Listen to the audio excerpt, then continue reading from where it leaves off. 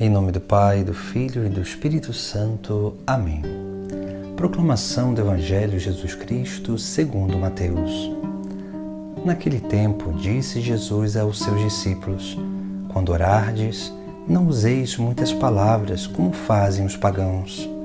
Eles pensam que serão ouvidos por força das muitas palavras.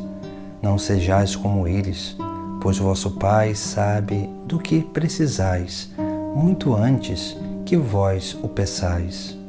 Vós deveis rezar assim: Pai nosso que estás nos céus, santificado seja o teu nome. Venha o teu reino, seja feita a tua vontade, assim na terra como nos céus. O pão nosso de cada dia dá-nos hoje. Perdoa as nossas ofensas, assim como nós perdoamos a quem nos tem ofendido. E não nos deixeis cair em tentação, mas livrai-nos do mal. De fato, se vós perdoardes aos homens as faltas que eles cometeram, vosso Pai, que está nos céus, também vos perdoará. Mas se vós não perdoardes aos homens, vosso Pai também não perdoará as faltas que vós cometestes. Palavra da salvação.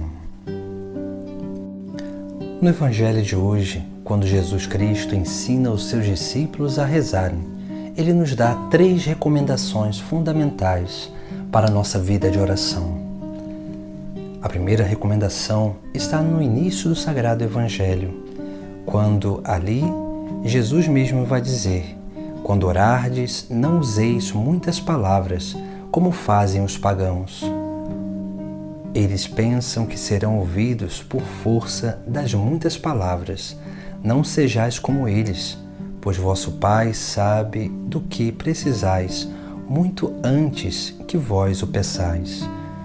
Aqui Jesus Cristo ele nos chama a atenção sobre aquilo que deve ser a nossa forma de oração. A nossa forma de oração, ela não deve ser uma multiplicação de palavras, porque oração é diálogo. E o diálogo, ele sim, precisa ser alimentado por 2 condições essenciais: a fala e a escuta. Quando nós falamos, Deus nos escuta, mas nós precisamos também aprender a silenciar para escutar o que Deus está também dizendo diante desse diálogo. Por isso que nós não podemos multiplicar palavras, porque a multiplicação de palavras nos impede sempre de escutar a voz de Deus. Porque a multiplicação de palavras, ela pode muitas vezes nos levar a uma autossugestão e uma busca de euforias e sentimentos na oração. E assim, muitas vezes, quando nós passamos as dificuldades na aridez, nós achamos que Deus nos abandonou, justamente por não estar sentindo a presença de Deus.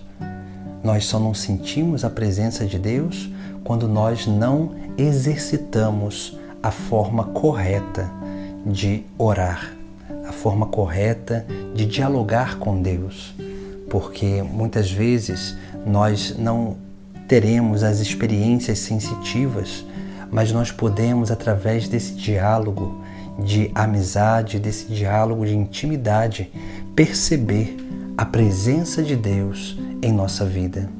Porque a presença de Deus, ela é sentida não pela nossa fala, mas sim pela nossa escuta, pela nossa forma de ler a realidade e principalmente de perceber a forma que Deus se manifesta. Por isso que a segunda coisa essencial para a nossa vida de oração, nós precisamos ter verdadeiros argumentos para a nossa oração, para assuntos para o nosso diálogo para com Deus. Por isso que Jesus Cristo ensina a oração do Pai Nosso. A oração do Pai Nosso, ela nada mais é do que uma fórmula de hierarquias de valores, de coisas que nós precisamos aprender a dialogar com Deus. A oração do Pai Nosso não é uma oração mecânica, onde nós vamos repetindo ela, repetindo, porque nós podemos também fazer dela uma multiplicação de palavras. Uma multiplicação de palavras vazias, que não tem verdadeiramente um anseio do coração por aquilo que está sendo falado e aquilo que está sendo rezado. Por isso que nós precisamos entender que a oração do Pai Nosso é uma fórmula onde ali estão os assuntos essenciais para o nosso diálogo com Deus. Os assuntos onde nós vamos dialogando com Deus e alcançando a graça de perceber a resposta segundo esses assuntos diante da nossa vida.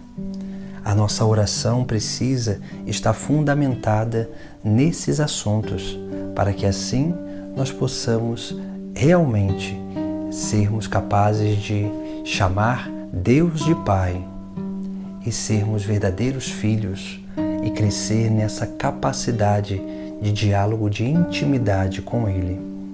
Depois, a terceira coisa fundamental para a nossa vida de oração, que vem dessa experiência do diálogo com Deus, é aquilo que Jesus Cristo volta como artigo essencial dos assuntos da nossa oração.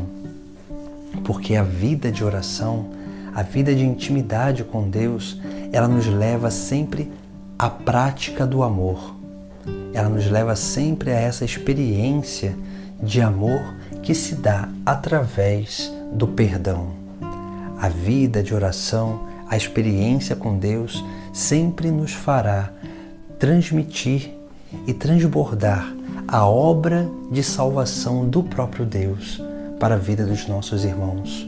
Por isso que nós vemos que Jesus Cristo, no final do Evangelho, quando ele acaba de ensinar a oração do Pai Nosso, ele volta num único artigo e ele vai dizer: de fato, se vós perdoardes aos homens as falhas que eles cometeram, vosso Pai que está nos céus também vos perdoará. Mas se vós não perdoardes aos homens, vosso Pai não perdoará as faltas que vós cometestes. Assim nós vemos que o perdão, ele é sim aquilo que é a manifestação, o transbordamento, o grande efeito e fruto da nossa vida de oração, da nossa intimidade com Deus. Quando não tem a prática, quando não existe a prática de perdão na nossa vida, isso é sinal que nós não estamos tendo uma verdadeira vida de oração, porque nós podemos estar multiplicando palavras e não nos tornando capazes de dialogar com Deus num diálogo de intimidade, num diálogo de unidade, onde nós vamos nos unindo a Ele e nos transformando cada vez mais nele. Na medida que nós vamos nos transformando, nós vamos transbordando essa grande graça que dele brota, que é o perdão dos pecados. Por isso que nós precisamos aprender a viver essa experiência de oração, porque essa experiência de oração, ela se dá justamente nisso, naquilo que é a palavra e a escuta. Depois de termos assuntos que são do nosso interesse e do interesse de Deus, e por fim, transbordar aquilo que é o grande efeito de salvação, que é o perdão dos pecados na nossa vida, por ter experimentado esse mesmo perdão na intimidade com Cristo, que nos tornou filhos do Pai do céu. Em nome do Pai, do Filho e do Espírito Santo. Amém.